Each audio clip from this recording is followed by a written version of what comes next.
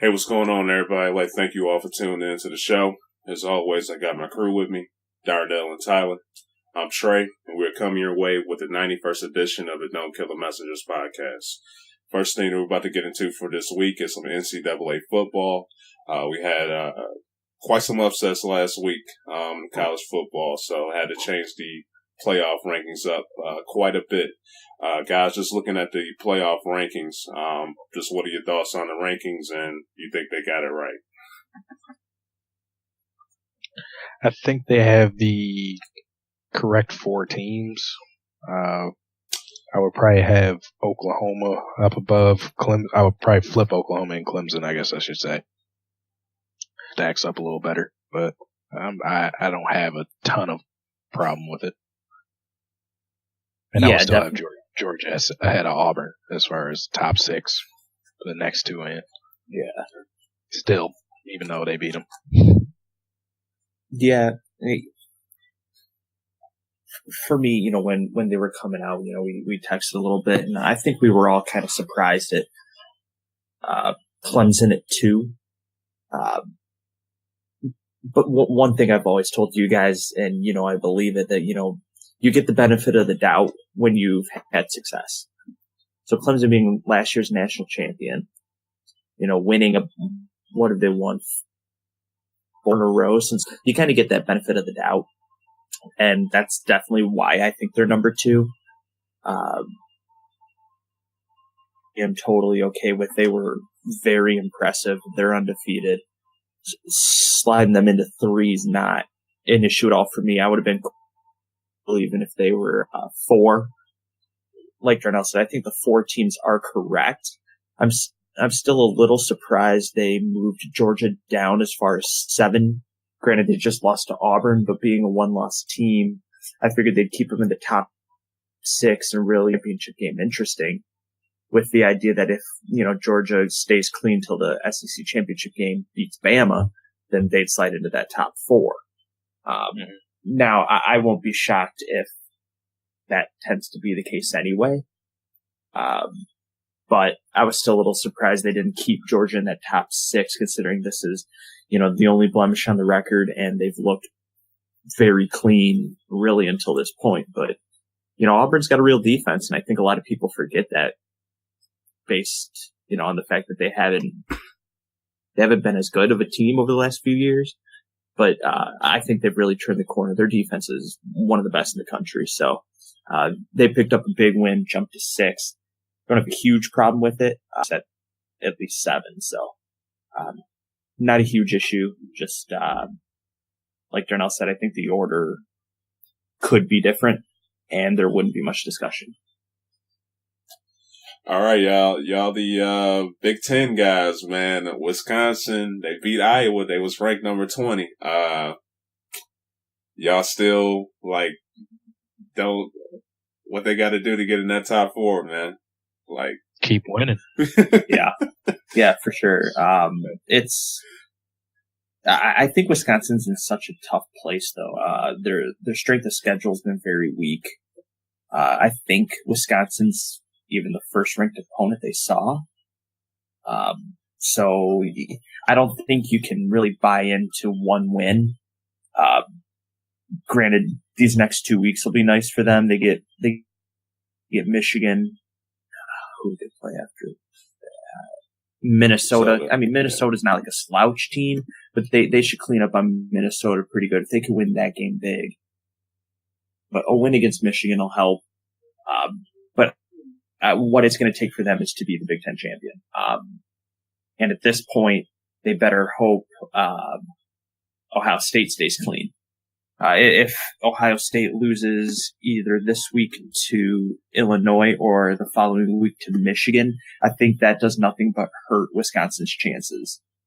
Because then they'd most likely be seeing, if Michigan State runs the table, they'd see Michigan State. No offense to you, Darnell, but I don't think Wisconsin wants to be seeing Michigan State in the Big Ten championship game this year. Oh yeah, I mean they want to see the highest ranked team they can see there. But yeah, I mean, it just comes down to they got some help with the upset, so that revive the Big Ten's chances since, last week everybody said we were pretty much done for as far as the conference goes. So they got some help with, and they have a couple ranked teams coming up now. They just beat Iowa, so then they have Michigan coming into Wisconsin this week, and yeah, they're probably hoping that Wisconsin does what they need to do against Illinois. I mean, I don't doubt that too much, but as long as they're focused on winning the rivalry game, which I assume they would be, then Wisconsin has something to play for. It's going to be a tough matchup for them, but yeah, I think if they can run that table and beat Ohio State, it'll be kind of hard to keep them out. Being an undefeated conference champion with everything else that's happened. Mm-hmm. Yeah, Illinois, no more Juice Williams, so yeah, I don't think they'll be posing too much of a threat this year. Yeah, got all about the juice, man. All right, guys, just looking at these Georgia and Notre Dame team, they took a pretty big loss. They got whooped pretty bad against the squads that they were playing. Notre Dame going up against the U, and Georgia going up against Auburn. Do you think perhaps they were maybe overrated a little bit this year at all? I know, like Georgia, their toughest opponent was Notre Dame, and they battled against each other earlier. I think season opener, I believe, or maybe it was the second week or whatever. Second game. Yeah, second game. Yeah. And and that was just early in the season. Team still had a lot of improvement to get together and work on their just filling each other out and getting just better throughout the season. But y'all think they were perhaps overrated, or just a bad game by the two, or what? Yeah, I don't think overrated's the correct term here. I mean, Georgia still has one blemish. If they get into the playoff, no one's going to think, oh, they don't deserve to be there. The reason I also don't think Notre Dame was overrated is because they backed it up. They beat USC. They beat North Carolina State. Yeah. I mean, looking like a better win as the weeks go on. They beat Michigan State. So, I mean, they beat three solid opponents, lost to Georgia by 1. The loss to Miami definitely hurts them big time. I think they're out of the playoff. They would need a miracle to get back in it now. But yeah, I don't think they were overrated. I think Miami's defense is just that good. And I think Auburn's defense is just that good. Good schemes. Yeah. Very athletic defenses, fast defenses. And if you're not coming to play offensively, a fast defense will beat you up. Yeah, I agree. I would by no means call either team overrated. And I think where they're at still in the rankings would kind of prove that. I think Georgia, like I said, I felt that they got dropped a little far. But I mean, they're still 7 and 8 in the rankings. And yeah.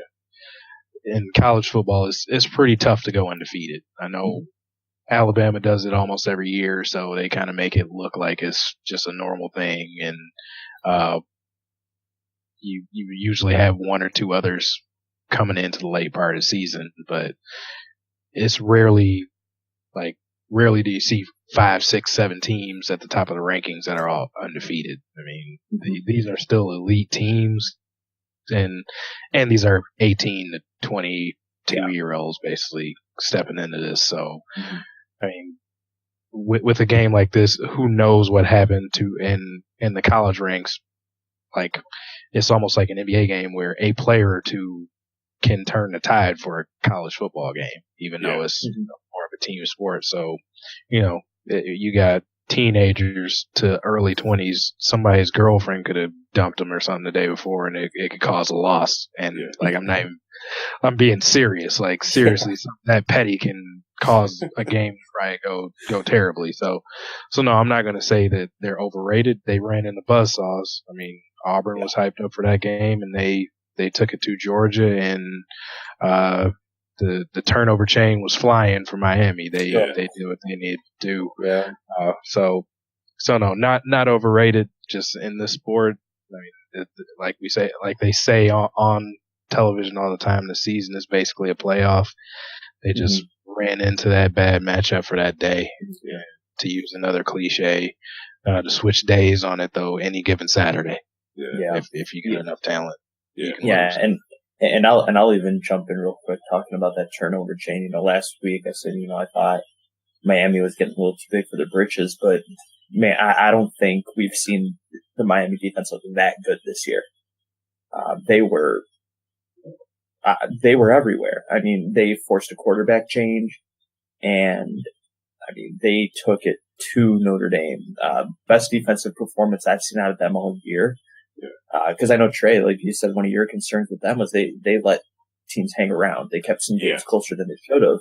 And I was just thinking, man, I feel like if Notre Dame could keep it close, something could happen. And just Notre Dame hasn't been on the national stage for a few years. And I was just thinking maybe it's just their time. And the Miami defense, shut that down pretty quick. But yeah, they're definitely very impressive. Their defense is their strength. They won that game based off of, creating turnovers and getting great field. Yeah. But I don't want to say like their offense isn't good, because their offense can score the ball. I just think their defense needs to keep it up if they want to stay where they're at. I mean, I don't think this defense can, afford to slow down. I think that offense needs the defense more than the defense needs the offense. Yeah, I'd agree there. Yeah, man. Just I got another old saying too. Defense wins championships. So if they can keep that going, the future can definitely be bright. But just to touch on, exactly what you mentioned, Ty. I was very nervous about this Miami team. Just how they've been looking in just earlier this season, having close games against FSU squad without Francois, Georgia Tech, and then almost lost to, I think, North Carolina. They only won one game this year. So them coming up into going up against Virginia Tech and this Notre Dame team, I was really nervous for them. But their defense got it together. Like they improved consecutively week after week after those two games, man. And they just got the team giving this fans and everybody just something to cheer for. That turnover chain is in full effect. So hopefully they can just keep it going. Like I said, the schedule is pretty easy now. They got those two out the way with their confidence right now. They should be able to close it out and get to the ACC championship. But just a good job on them, man, because I was nervous, and that defense pulled it together, and they were just able to win. And in reality, like if you were a Miami fan, I feel like that was a game you should have been nervous about. That's a real test. It's just being at home, you have the environment. Just that's a tough trip for Notre Dame to take. Yeah.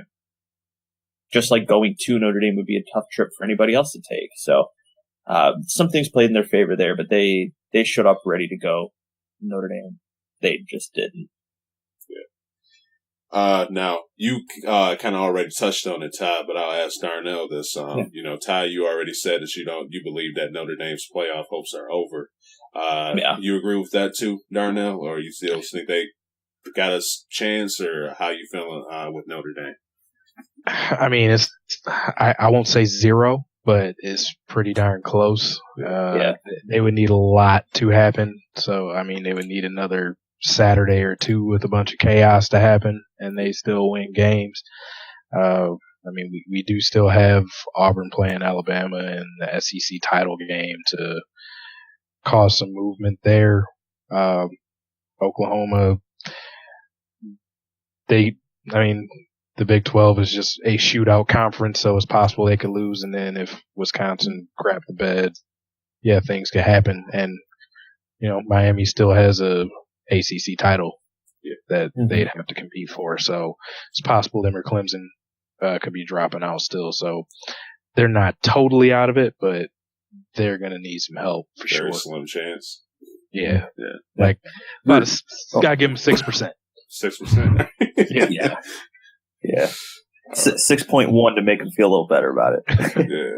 No, but just real quick, since you guys are both,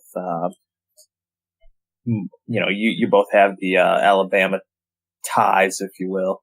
But do you think they have something to be a little nervous about? I mean, that was a really close call against Mississippi State. Oh, I mean, Alabama, with all the injuries at linebacker and how well Auburn can run the ball, I definitely think that causes some issues there. You could see some kinks in the armor from their game last week, just showing that. Who was that against Mississippi State? Was it?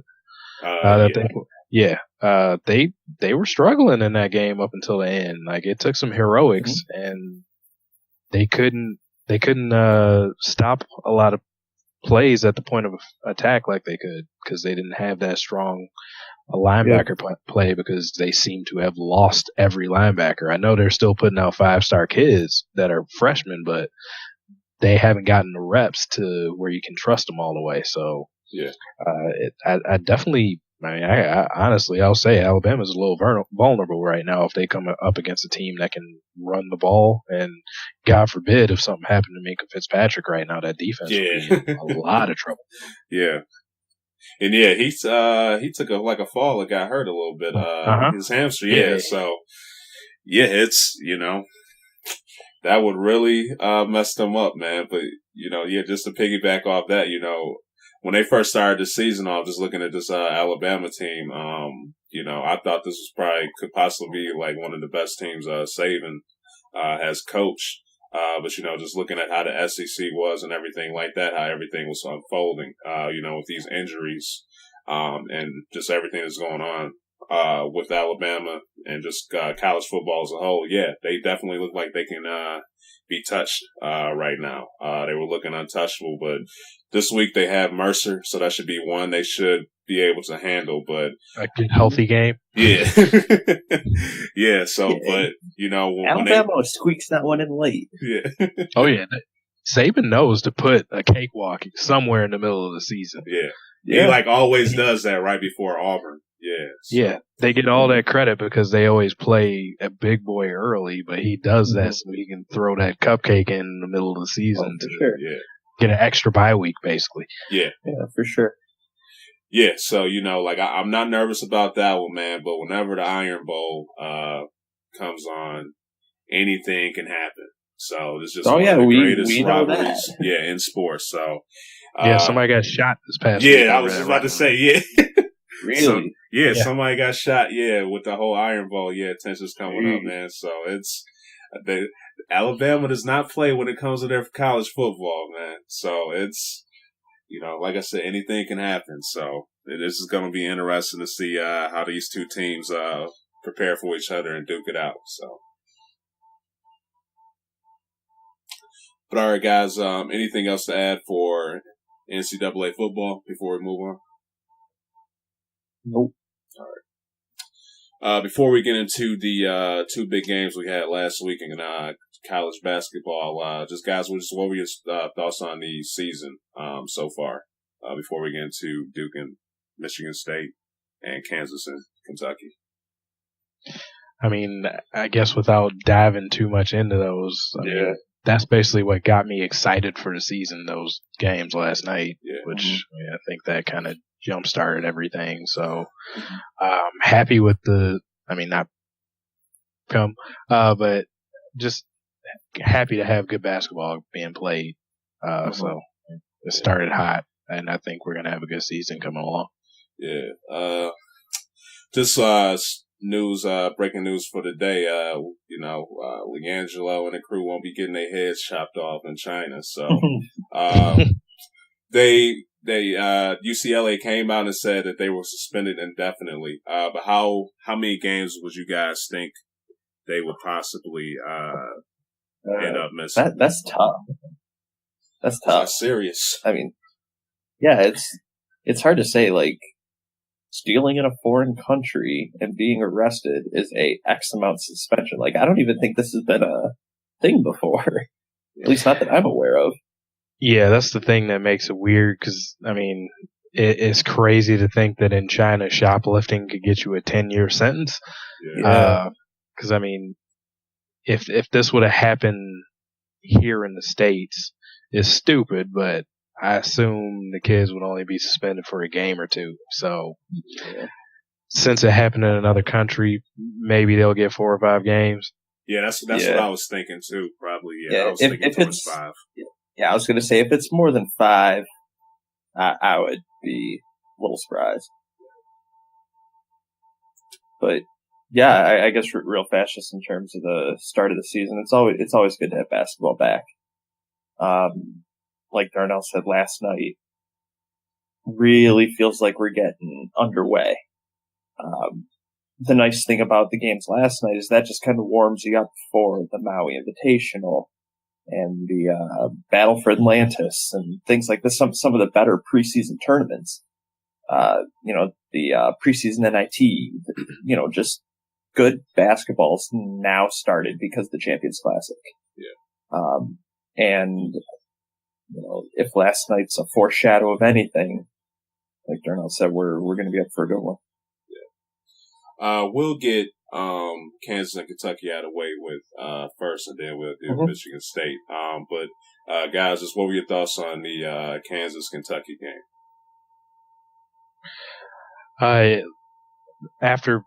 Still to preface the other game, probably you kind of wish this one was first.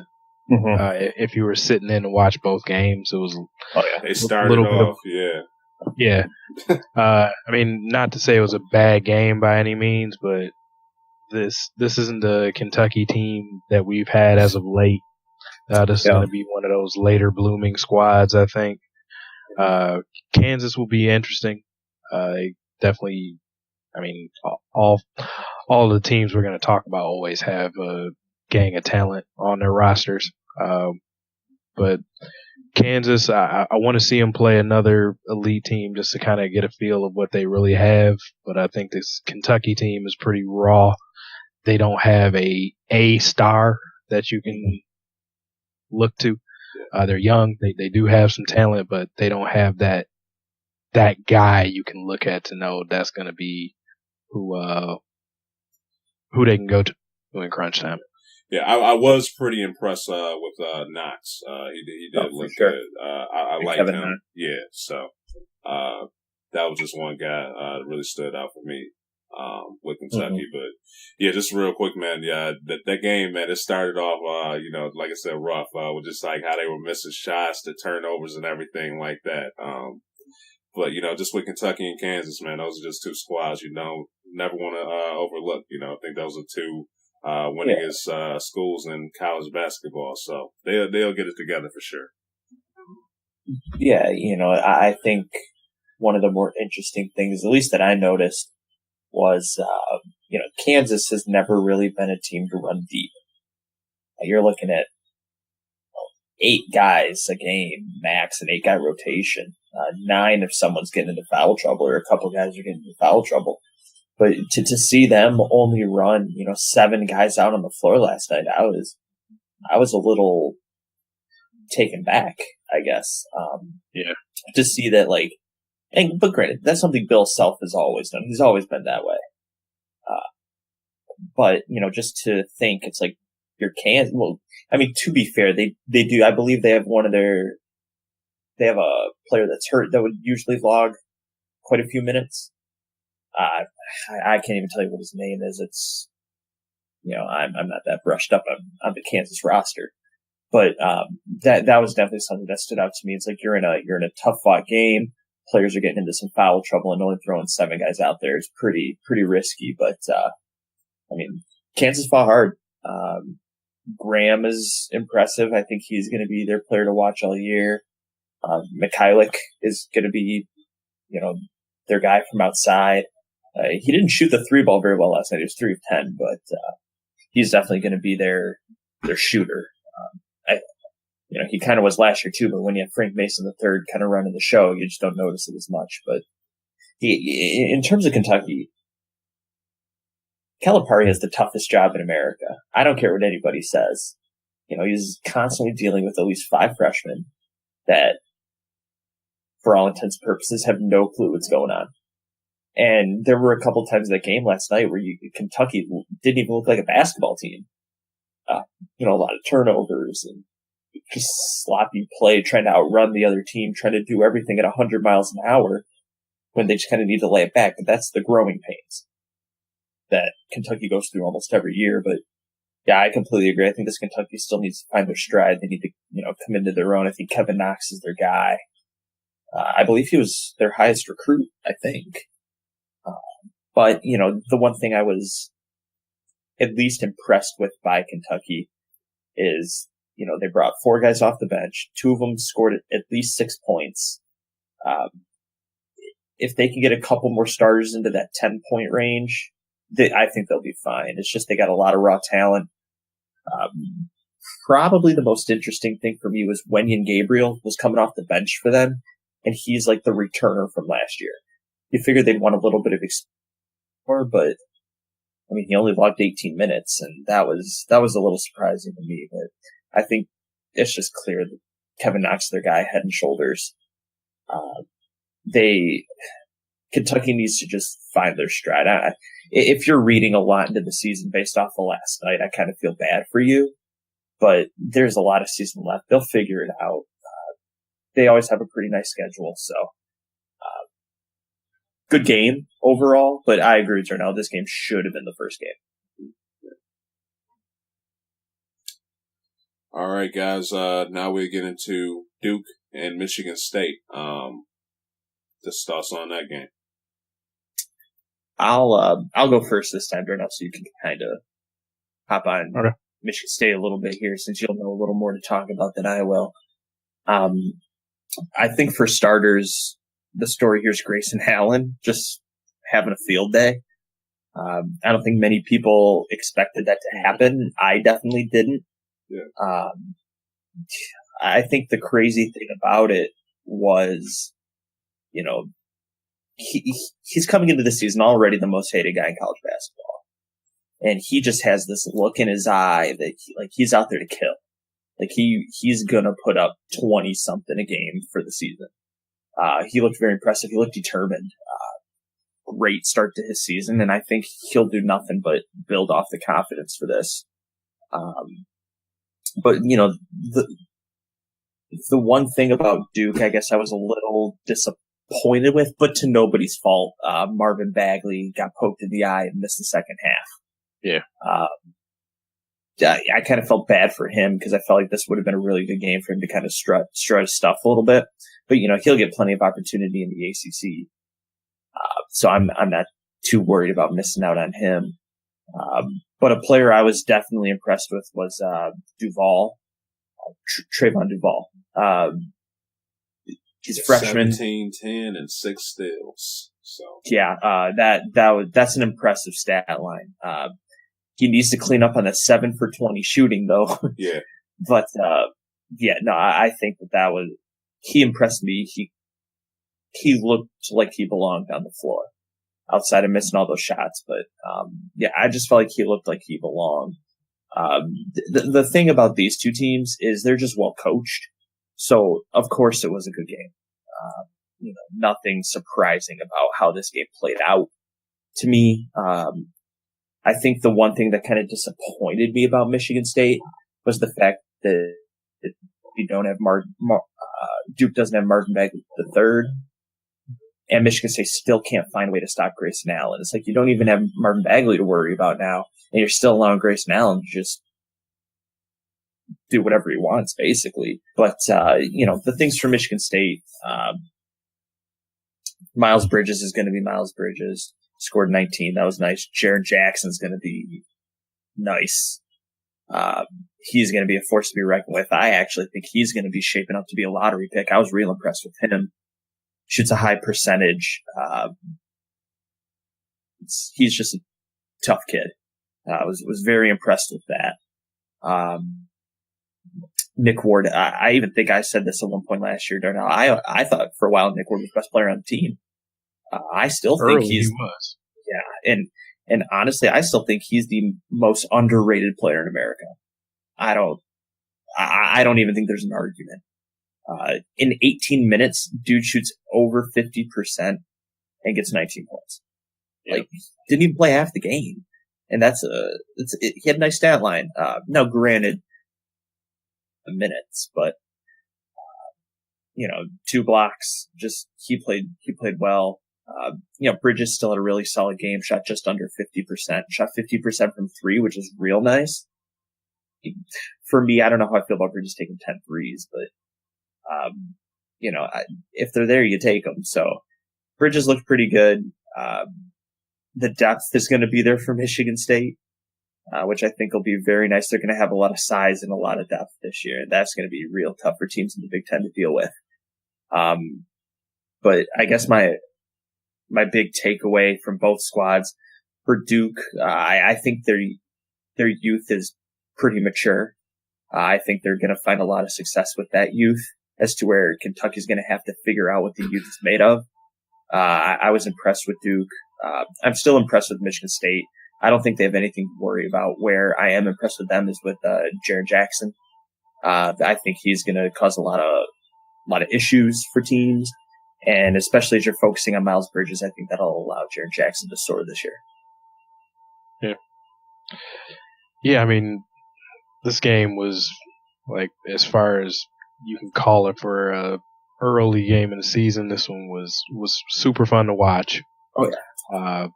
Both teams seemed to be geared up for it. But I think it came down to, you could tell which team had a senior. Yeah. And Grayson Allen seemed to be the most composed player on the court late in the game. And I wish I didn't have to, but I'll take credit for it for last week when we were talking about players to watch.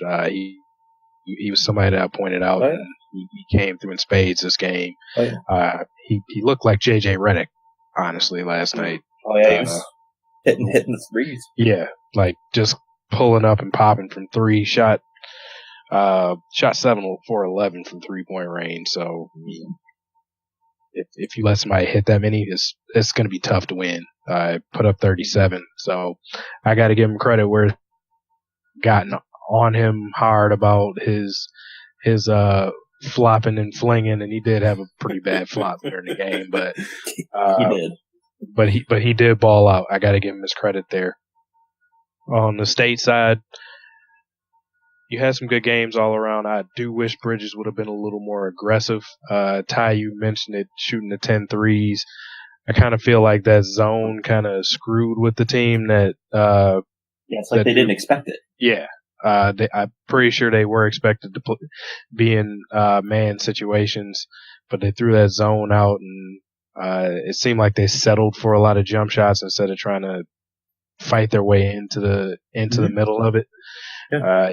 State has a lot of big bodies. I think I put a little bit of that on Izzo, that he didn't start trying to get the team to force their way in some to make them break from this zone. 'Cause, I mean, the only way to break a zone is to try to get inside of it. Don't do what they want you to do and shoot a bunch of threes. State fell into that trap. They still kept it as close as possible, but late, Duke started pulling away with it. I was impressed by all Bridges, who, I mean, he was still good. He was still Bridges. Like I said, I would have liked a little more aggression, but the two bigs, they were more impressive to me, Jaren Jackson and Nick Ward. More so, I guess I'd say Jaren Jackson, seeing as he's a true freshman starting and was putting in work. Hitting threes at 7 feet tall is an ugly shot. It's a knuckle ball 5 times. So I got to give him his due there. I wish I would have got a little bit more out of Cassius Winston too, though. He only shot 1 for 5, 0 for 2 from deep. I think if we could have got a couple more baskets from him, that probably would have been enough to swing it the other way. But overall, real good game. Both of these teams, I think they'll be making late runs, and hopefully we can get a rematch, because that was a fun ball game. Yeah. If I can just jump in real fast on you there. Since you mentioned him last, I'll jump in on Cassius Winston. 11 assists has to be at least encouraging, though. Oh yeah, for sure. Knowing he has the vision out there to dish the ball and not necessarily take the shots. Yeah, for him, I expect like 7 to 10 assists a game from him, somewhere in that range. Yeah. So I mean, now I understand you probably want to see him probably closer to 8 points rather than 3 points. Yeah,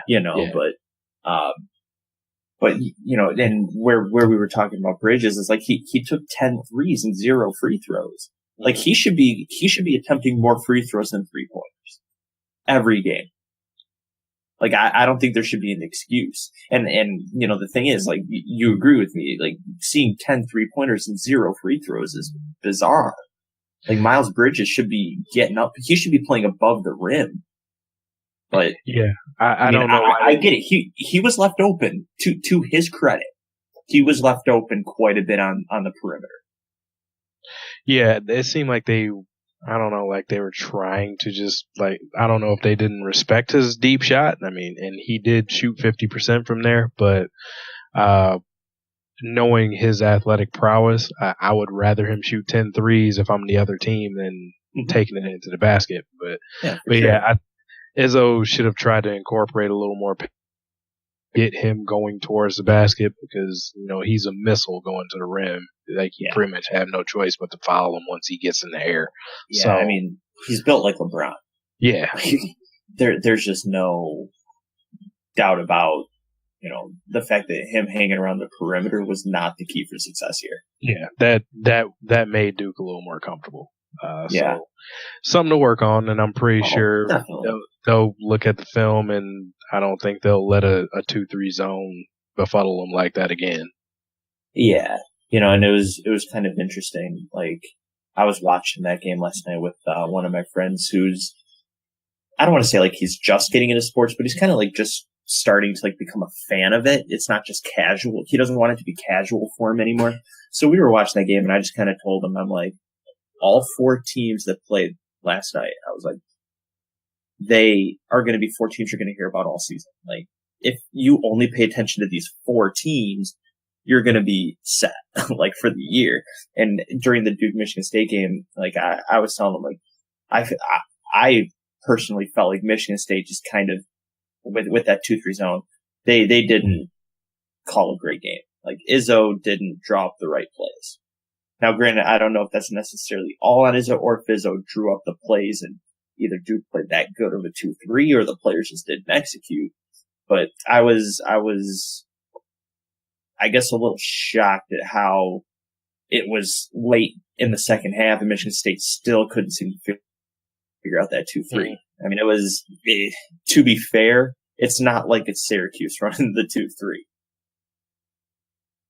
But, well, yeah, that was the weird thing, because there were spots, especially when they had Tillman and Ward kind of playing off of each other down low. Yeah. They were getting inside to do things. Every time they made a run, those 2 bigs were doing things, but they just kept going away from it and going back to taking a lot of perimeter shots. I just think they have to figure out to make use of all the size that they have. Yeah, for sure. And it also has to do with it just being early in the season. But, I kind of felt like Michigan State was a little too unselfish. There were a couple times where I thought Matt McQuaid should have been taking shots and he's passing. Oh, yeah. Oh, Matt McQuaid being one of the more, with McQuaid being one of the more on that team, he should be shooting the ball a little bit more than he does. He should have in reality, he should have a green light. Yeah, there's one in the corner Izzo gave him the business for. Oh, he did. Like, absolutely. What are you doing? Yeah, he was actually open twice and passed it twice. But, like I've told everybody, last night should have been for pure enjoyment. If you're reading into the season based off of last night, that's shame on you. It's too early. Like I was saying, rankings don't mean anything in November. None of these teams should move really at all. What happened last night?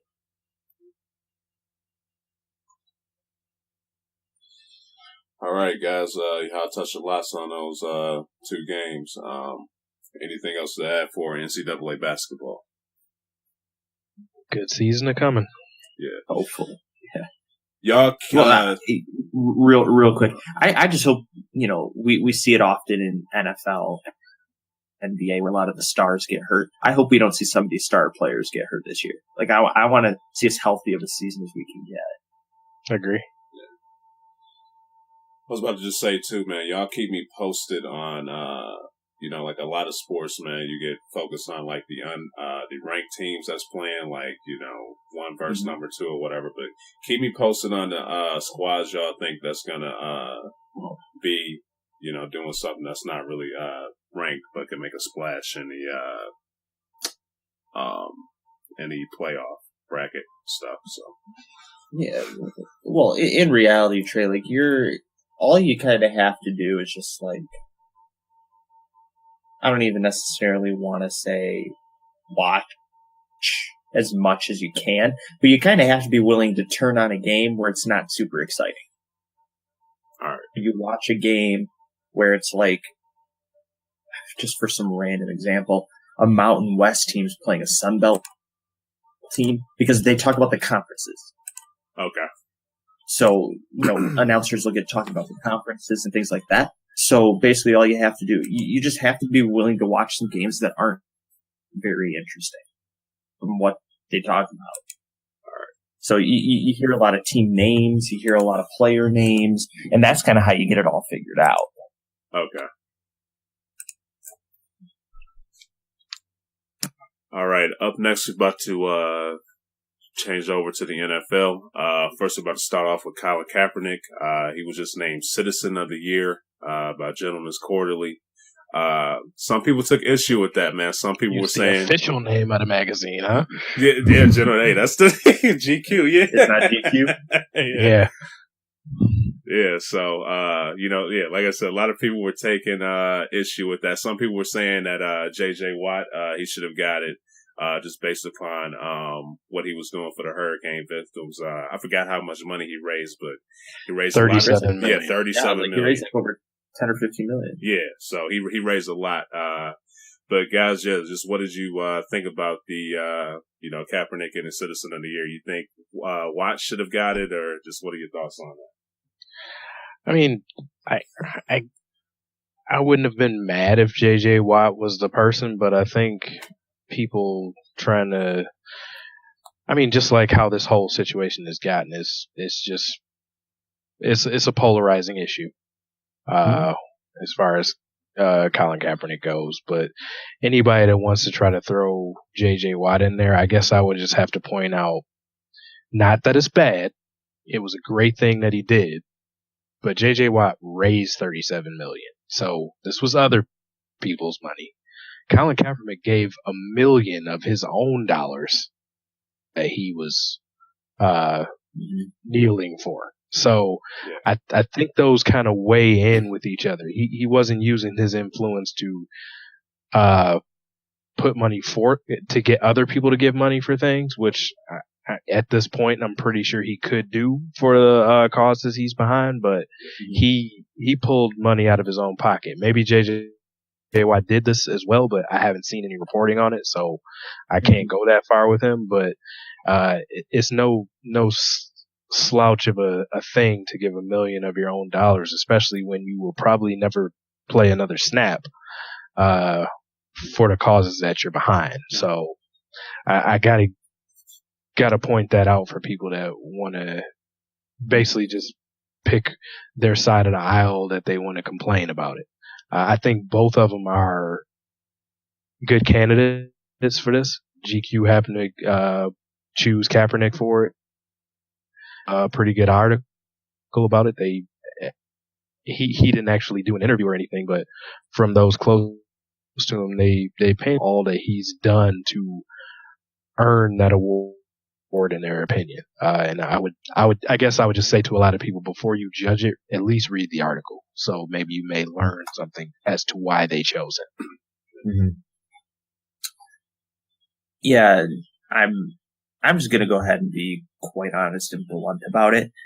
Like, it's a magazine. I don't read a magazine I don't really care about giving an award that I honestly don't really care about. So Colin Kaepernick winning in the award, I don't really care. But I guess in light of them deciding to give it to Kaepernick, like I'll agree. Like, he shine light on a polarizing issue, and he kind of made it a polarizing issue again. Like, I don't think we've seen civil rights be talked about as much probably since the civil rights movement. It's pretty bizarre how much conversation this has sparked. I guess I should be careful and say conversation because it seems a lot than it is conversation, but people are talking about it. So, like you said, Darnell, JJ Watt could have been a very, suitable candidate to win the award as well. But, if we're going to be thinking, who are we still talking about? We're not really talking about, JJ Watt donating the money anymore, but we're still talking about Colin Kaepernick. So,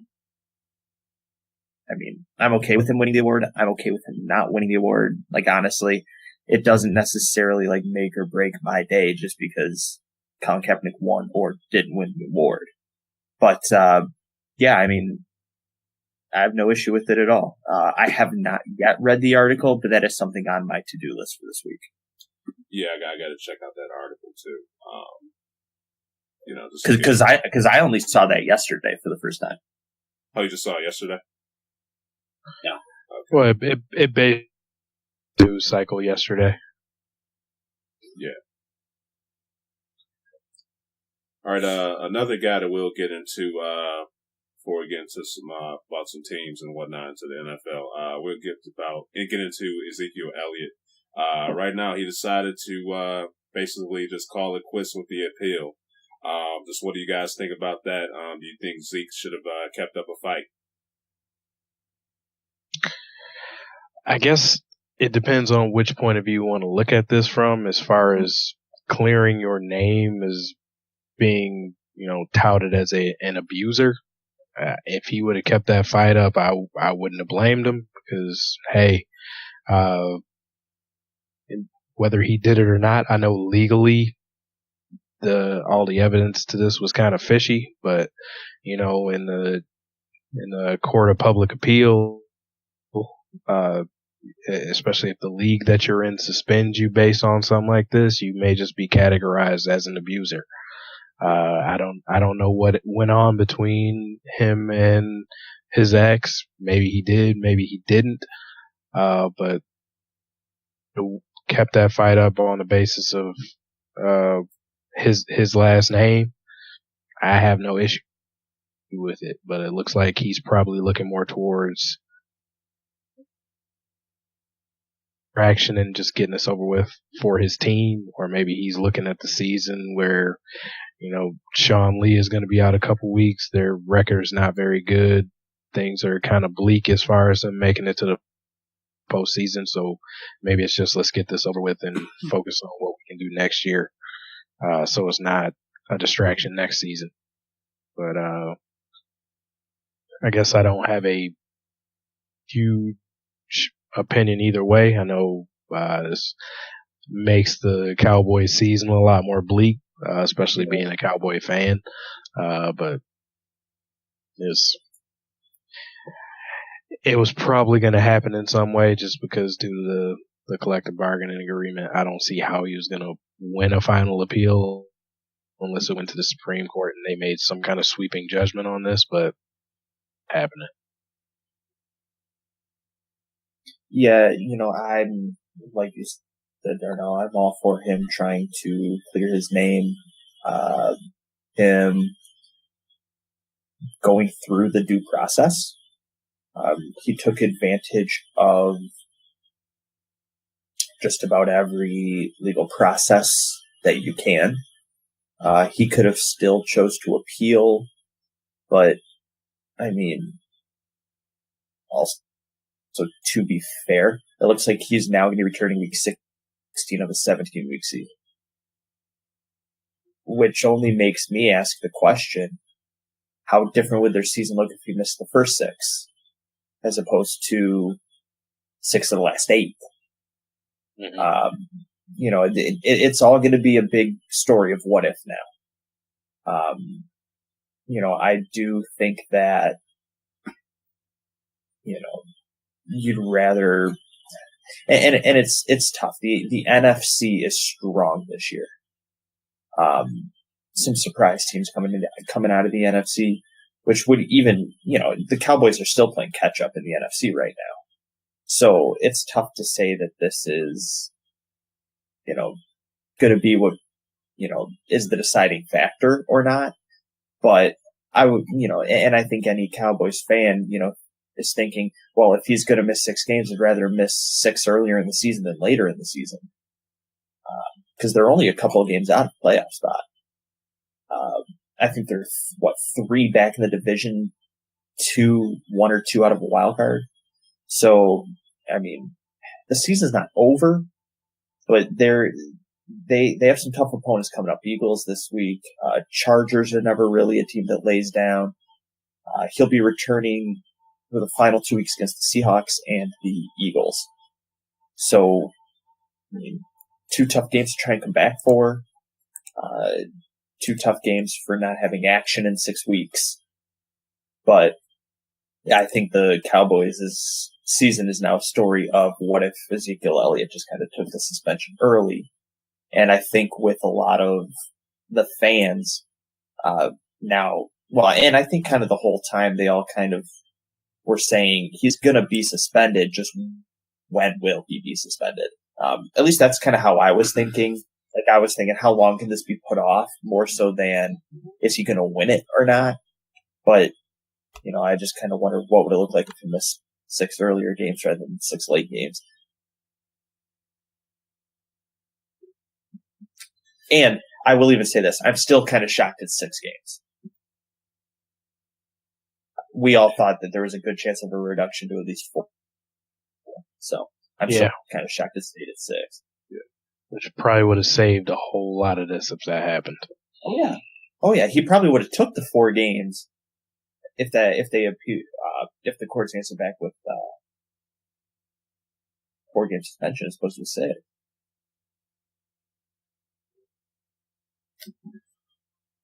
All right, guys. Up next, we're about to talk about the Detroit Lions. Just what are your thoughts on the Lions so far into the season? They should be in better shape than they are. I mean, I'll just go ahead and start with this then. I guess they're 5-4, 2 back in the division. So they're shape. They have a pretty easy schedule the rest of the way. They're looking at the Bears, Vikings on Thanksgiving, Ravens, Bucks, Bears, Bengals, Packers.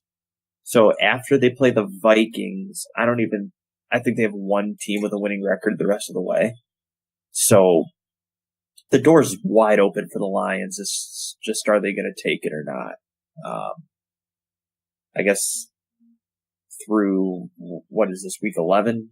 So 9 games since they had a bye week. 5-4, in my opinion, they should be 7-2. They should be right there with Minnesota. I'm not even going to touch that Falcons game. That was very winnable. But the loss against the Steelers, I believe, was inexcusable. 2 different situations in that game. They had the ball within the 3-yard line and could not score. That's inexcusable. You lose by 5. With 2 chances like that, no excuse. You need to win that game. I also thought they should have beat the Panthers, and they looked awful against the Saints. So, I mean, right there are 3 wins I believe they should have had, but I understand at least 1 loss. You just kind of get one of them. In that Saints game, just some breaks didn't go their way. A couple goofy plays inside the 5-yard line for both teams. That was just an odd game. But, Panthers, Steelers, 2 I believe they should have had. And then that Falcons just came down to a call, and, it is what it is.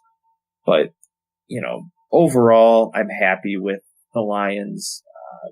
They've come a long way in my lifetime. I believe the door's wide open for them. They're coming off some decent momentum against the Packers. I get it, minus Aaron Rodgers, but you take advantage of it, and they did. And then a tight one against the Browns, believe it or not. It was tight for about 3 quarters. Then Matthew Stafford became possessed. But yeah, I mean, said it before, doors wide open for them. So Minnesota's got a tougher rest of the way than the Lions do. I just wish the Lions could somehow find a way to run the ball. It's becoming embarrassing. I hate it. I really want them to draft a stud running back one of these days, or trade or sign one. That would be fantastic. But the Lions are finally starting to get healthy. They got Taylor Decker back last week. I think he only played like 18 or 20 offensive snaps.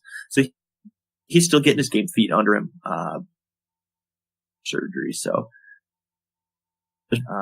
good game at the Bears this weekend. I actually posted on a message board. If they beat the Bears this weekend, they will have beaten every NFC North team on the road this year. And I kind of asked on the message board, I was like, when's the last time the Lions beat the entire NFC North on the road in the same season? And someone responded to me and said it was 1961. So this could be, a good thing for the Lions. They will have played their 3 division games all on the road, so they get the last 3 at home, which will be nice. Will be nice to take care of business on the road. So, I'm looking for them to, hopefully take care of some business over the next 5 weeks. I'm looking for them to beat the Bears this weekend, beat the Vikings, hopefully at least be at a tie in the division or 1 game back after beating the Vikings.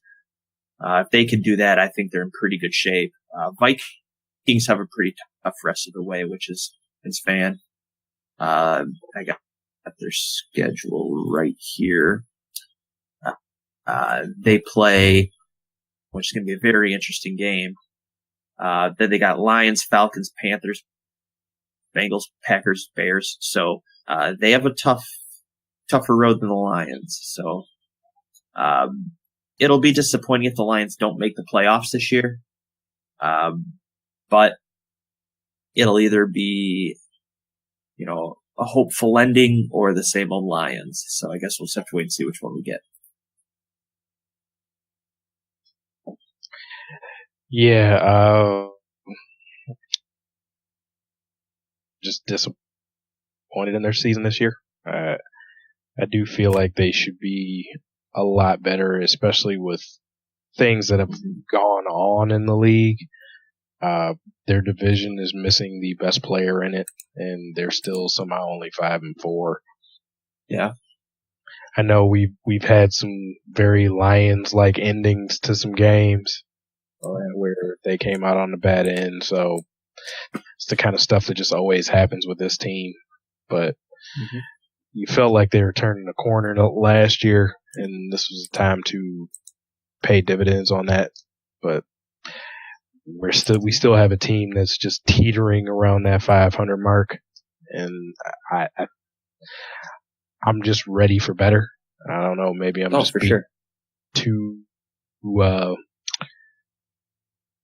too aggressive on it with them, but I'm expecting better, and I'm still kind of leaving it up there that this should be their divisional win. Minnesota is 2 games up on them right now. So there's some catching up to do. I do think they have it in them, especially they still play the bottom feeders in this in this division again. But I think it's time for a little more out of this team. They need to get to the playoffs. They need to try to win a playoff game. Stafford's having a solid year. The defense actually seems to be reasonably good. They still can't run the ball for the life of them. The O-line, the O-line will hopefully be shored up some now with Lane coming back, or Decker, coming back. And we'll just see where it goes. I'm not sure it'll happen, but vision should be theirs. Yeah, and that's why I'm not calling it a disappointment yet. I do think they should be about 7-2 right now, at least 6-3. And I'm not calling it a disappointment because they haven't thrown it away yet. Call it a disappointment until they have actually thrown it away. So, do I think they should be better off than they are? Yeah, absolutely. I really do. But I mean, you kind of touched on it. Best player in the division's out, and insert Matthew Stafford in the division. Like, there really shouldn't be an excuse. There just isn't. And the Lions either find a way or they're going to walk through the door. And if they walk through the door this time, I don't think it should necessarily be a surprise because people are expecting it. A lot of people are saying this division. Analysts are saying it. Fans are saying it. Like, it would be very disappointing if they blow it. And I will still find a way to cheer for them next year. But I would be very disappointed if they don't find a way to do it. Especially with the record they have in front of them. And especially if Minnesota Vikings tend to go, or decide to go with Teddy Bridgewater. No excuse. Because they cleared room for him on the 52-man roster? 53-man roster? He's been activated. They're making room for him. Like, Case Keenum doesn't even know if he's going to be the starter. If they go with Teddy Bridgewater.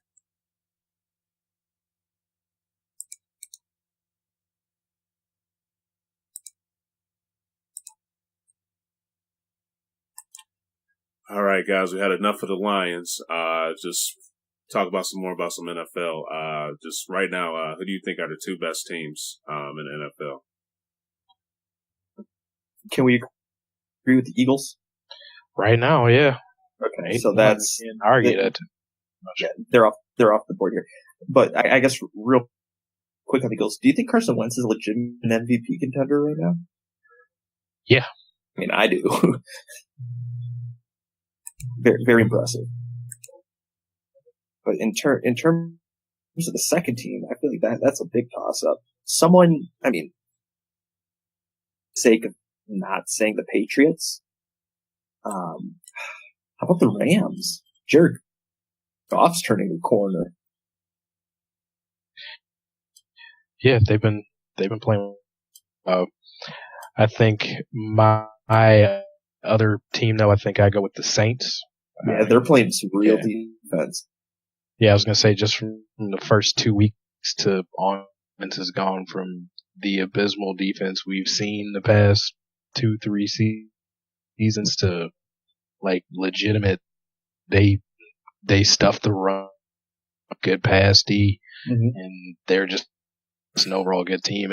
And with the addition by subtraction of Trey and Adrian Peterson, that running game now is between Ingram and Kamara. Wow. Oh, yeah, it's lethal. You know, before heard, I would have said like even 6-3. They were playing pretty good for a minute. Like they looked like they kind of shook some of those cobwebs. But I would have strongly considered them. But I just feel like there's too many questions with Pittsburgh. Kansas City kind of lost a lot of the fire that they had early on. I still think they wish they had Aaron Berry right now. Yeah, I still think there's Minnesota too. But yeah, I would go Saints. I really would for second best team. All right, now I know you guys just mentioned Wentz, but who are some other people you think should be notable MVP candidates? Well, you got Wentz. Breeze is up there. Old man Brady, you got to throw in there for how bad their defense looked enough to right the ship to still give them a chance, and you got to throw Goff in there as well. And I would say Russell Wilson for what he's been able to do with the injuries and basically running for his life every play because their offensive line is garbage. Yeah. So I mean, it's quarterback driven this season, but yeah, I think those are the guys you look at right now. Yeah. Kareem Hunt, cool way off. If he would have kept up more what he was doing the first 3 weeks, I think he would definitely be in that conversation. But I think with an outside chance, depending what he can do with his schedule and the rest of the season, I think you could possibly look at Stafford. But I think that's more of an outside shot. Yeah. If he, for some reason, throws for like 300 yards almost every game the rest of the way with a couple of or 4, he would need a monster finish. Yeah, he would have to kind of go out of his mind to get. But I would the other quarterbacks we mentioned, just because. Yeah. Since the MVP running is basically all quarterbacks right now. Mm-hmm. I would say Stafford's kind of that side looking in.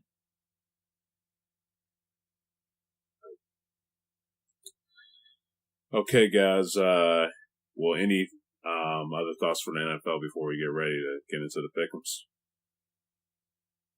Yeah, I guess just real quick, what are you guys thinking for key offensive player? We'll Hunt there, even though he's cool now. And I just haven't seen any would usurp him. I think it's a 2-horse race between him and Fournette. Granted, Fournette just had a pretty poor week. Fournette's really the only other guy you can bring into that conversation, especially since Deshaun Watson got hurt. If Deshaun Watson to the way, I think we'd be looking it would have been him. Yeah. Sure. But I think it's Fournette and Hunt. I think they're neck and neck. I can agree with that. Yeah. All right, guys. We're about to get right into the pick'ems. Let's go over it.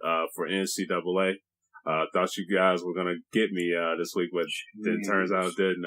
We got 38 for 66 for Ty. Darnell's 39 for 66, and I'm 40 for 66. And NFL, me and Ty, we're still tied, man. 25 for 52. Darnell's 31 for 52. First thing we're about to get into is the NCAA football. First game that we got is Cincy versus East Carolina. Give me Cincy. Yeah, I'll take Cincinnati as well. I guess I'll roll with the Bearcats. All right. Up next, we have Army versus North Texas. Oh. I'll take Army. Yeah. Go with the Armed Forces Army. I'll go North Texas.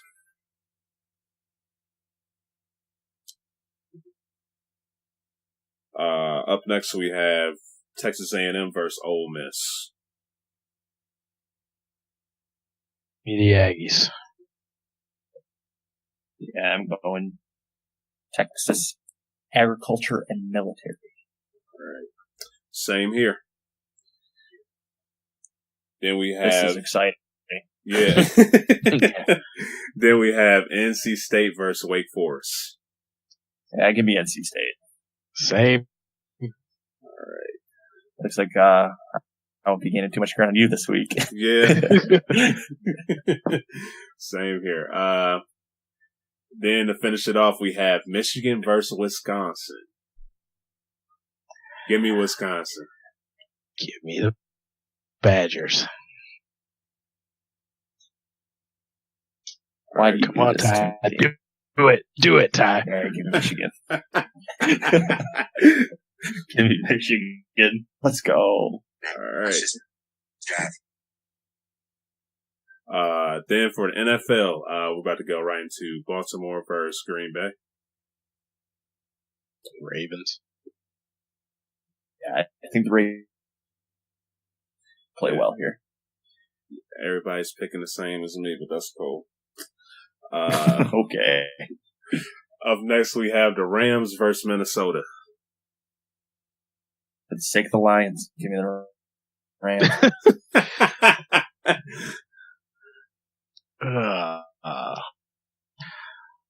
I'll go with the Vikings. I go with the Rams as well. Actually, you know what, man? I'm not about to be. I go with Minnesota because tied me and him. So I go. Give me the lead. That's cool. That'll get you one game. Yeah. Every game. Yeah. Counts. Up next, we have ATL versus Seattle.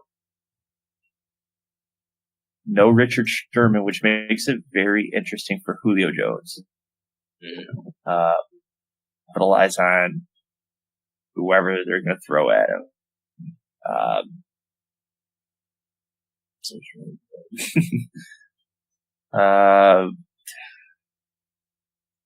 Give me Atlanta. All right. But I think it's going to be a high-scoring game.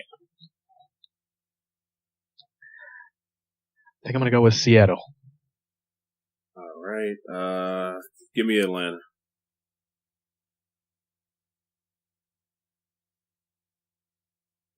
And next we have Tampa Bay versus Miami. You couldn't have picked a worse game. Awful. I'm actually going to go Miami on this one. Yeah, I'm going with Dolphins. No Jameis. I'll go Tampa Bay. I got some ground to cover, so y'all could be helping me out. And Cincy versus Denver. Denver. Another awful game to try to pick. I'm trying to just get some teams in there, man. So hey, like Bill Belichick says, that explosive offense of Denver.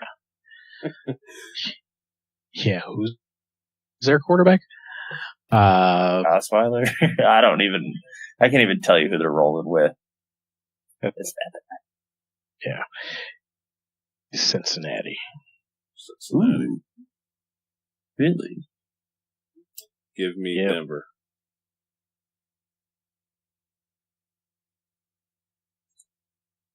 All right, Ty, who you got? He picked Denver. He picked Denver too? Okay. And I almost forgot him, but I didn't. We got to get the Detroit Lions in there. So, Detroit Lions versus Shy. Lions. Yeah, I will probably be wearing my Lions jersey everywhere on Sunday. All right. Yeah, I'm going Lions as well, so. I get some ground. Last week, Mitch Trubisky had a couple nice deep balls. I'm actually kind of impressed with Mitch Trubisky.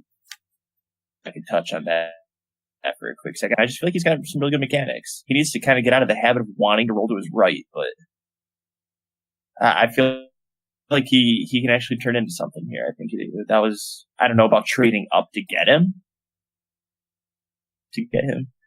but I think he can. You agree with that, Darnell? Oh yeah, he's shown some upside. He throws some nice balls there. He's comfortable in the offense. Just got to see what grows with it. Well, and it's false at all, but they need to get him an actual wide receiver. Well, that as well. Yes. You even name two guys he's throwing the ball to. I'm not sure I can name one. I mean,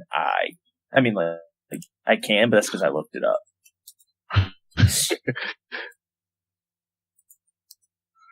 All right, guys. Anything else to add? Ready for anything before we close it out? Nope. All right. As always, I appreciate y'all for checking us out. You can find this podcast on podcast.com, iTunes, Stitcher, YouTube, SoundCloud. Hit us up in a search engine. We should be able to pop up. Also, feel free to check us out on Twitter at DKM_cast. And like I said, again, we appreciate y'all for tuning in, and we'll catch y'all on the next episode. Peace.